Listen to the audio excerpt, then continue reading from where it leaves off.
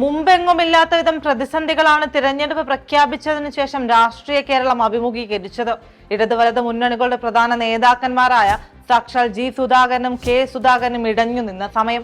Sitting MLA ആയിട്ടും തന്നെ മത്സരിപ്പിക്കാത്തതിൽ പരാതിയുമായി എൽദോസ് കുന്നപ്പിള്ളി എത്തിയത്. സ്ത്രീ കഴിവുള്ളവളാണെങ്കിൽ സ്ഥിതി മോശമെന്ന് പറഞ്ഞുകൊണ്ട് കോൺഗ്രസിന്റെ വനിതാ പ്രാതിനിധ്യത്തെ വിമർശിച്ച് രംഗത്തെത്തിയ ഷമ മുഹമ്മദ്. വൻ താരനിരയെ തന്നെ കളത്തിലിറക്കാൻ ശ്രമിച്ചിട്ടും വോട്ടർ ലിസ്റ്റിൽ പേരില്ലാത്തതിനാൽ തുടക്കത്തിൽ തന്നെ പദ്ധതി അവതാളത്തിലായ 2020. ഇങ്ങനെ കേരളത്തിലെ പ്രധാന മുന്നണികൾ ഇക്കുറി നേരിട്ട പ്രശ്നങ്ങൾ നിരവധിയാണ്. ഇത്തവണത്തെ യഥാർത്ഥ ടെസ്റ്റ് പക്ഷേ കൂടുമാറ്റങ്ങളിലായിരുന്നു. LDFിലെ 6 പ്രമുഖ ജനപ്രതിനിധികളാണ് മറുപക്ഷത്ത് പോരിനിറങ്ങുന്നത്. CC Mukundan, S Rajendran, K Ajith എന്നിവർ BJPയിലും G സുധാകരൻ, ഐഷ പോറ്റി, PK ശശി എന്നിവർ UDFിലുമാണ് മത്സരിക്കുന്നത്. തിരഞ്ഞെടുപ്പൊരുക്കം നേരത്തെ തുടങ്ങിയിട്ടും തിരഞ്ഞെടുപ്പ് കമ്മീഷൻ പൊടുന്നതിന് തീയതി പ്രഖ്യാപിച്ചതിന്റെ അങ്കലാപ്പിലായിരുന്നു 3 മുന്നണിയും. എങ്കിലും LDFിലെ പ്രധാന കക്ഷികളെല്ലാം സ്ഥാനാർത്ഥികളെ നേരത്തെ കളത്തിലിറക്കി.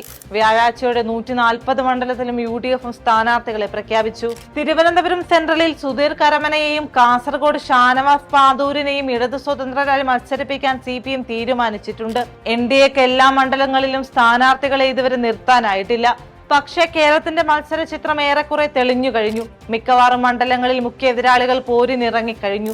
സീറ്റു കിട്ടാത്തവരും സ്ഥാനാർത്ഥി നിർണയത്തിൽ വിയോജിപ്പുള്ളവരും കൂട്ടത്തോടെ പാർട്ടി വിടുന്നുണ്ട്. 3-ാം ഊഴം ഭരണമെന്ന മുദ്രാവാക്യവുമായി ഇറങ്ങുന്ന LDFിനും ഒരു പതിറ്റാണ്ട് പ്രതിപക്ഷത്തിരുന്നതിന്റെ ക്ഷീണം മാറ്റാൻ ഭരണത്തിലേക്ക് കയറാൻ പരിശ്രമിക്കുന്ന UDFിനും നിയമത്തെ പൂട്ടിയ അക്കൗണ്ട് വീണ്ടും തുറക്കുക എന്നത് മാത്രമല്ല, അംഗബലമുയർത്തി നിയമസഭയിൽ ഉണ്ടാകുക എന്ന ലക്ഷ്യവുമായി ഇറങ്ങുന്ന BJPക്കും ഈ തിരഞ്ഞെടുപ്പ് നിർണായകമാണ്. എന്നാൽ നിലനിൽപ്പിന്റെ പോരാട്ടമായി ഈ തിരഞ്ഞെടുപ്പ് മാറുന്ന ചില പാർട്ടികൾ കൂടിയുണ്ട്. 10 വർഷമായി നിയമസഭയിൽ ഒരംഗം പോലും ഇല്ലാത്ത പാർട്ടികളായി നിലനിൽക്കുകയാണ് RSPയും CMPയും. ഇത്തവണ ആരധികാരത്തിൽ വന്നാലും നിയമസഭയിൽ ഈ പാർട്ടികളിൽ ഒരാളെങ്കിലും ഉണ്ടാക്കുകയെന്നത് അവർക്ക് പ്രധാനമാണ്. കേരള കോൺഗ്രസ് പാർട്ടികൾക്കും തിരഞ്ഞെടുപ്പ് നെഞ്ചെടുപ്പ് ഉണ്ടാക്കുന്നതാണ്. കൊട്ടാരക്കര കൈവിട്ടതോടെ കേരള കോൺഗ്രസ് B നിലനിൽക്കുന്നത് പത്തനാപുരത്തെ ഗണേഷ് കുമാറിന്റെ ജയത്തിലൂടെയാണ്. പത്തനാപുരത്ത് മുൻപില്ലാത്ത വിധത്തിൽ മത്സരം കടുത്തു കഴിഞ്ഞു. അവിടെ ജയിക്കുക എന്നത് ഗണേഷിന് മാത്രമല്ല, അദ്ദേഹത്തിന്റെ പാർട്ടിയുടെ നിലനിൽപ്പിനും പ്രധാനമാണ്. കേരള കോൺഗ്രസ് M വല്ലാത്ത പരീക്ഷണത്തിലാണ്. ചെയർമാൻ ജോസ് കെ മാണിയുടെ രാഷ്ട്രീയ ഭാവി നിശ്ചയിക്കുന്നത് കൂടിയാണ് പാലയിലെ മത്സരം. മുന്നണി മാറ്റത്തിന് ഭൂരിപക്ഷവും മനസ്സുകൊണ്ട് ആഗ്രഹിച്ചപ്പോഴും റോഷി അഗസ്റ്റിനാണ് ഇടതുപക്ഷത്തെ പാർട്ടിയെ പിടിച്ചു നിർത്തിയത്. അതിനാൽ ഇടുക്കിയിൽ റോഷിക്കും വിജയിക്കേണ്ടത് അനിവാര്യമാണ്. 3-ാം ഊഴം തേടുന്ന LDF, അധികാരം തിരിച്ചുപിടിക്കാൻ ഉറച്ച UDF, നിയമത്ത് അക്കൗണ്ട് വീണ്ടും തുറക്കാൻ BJP.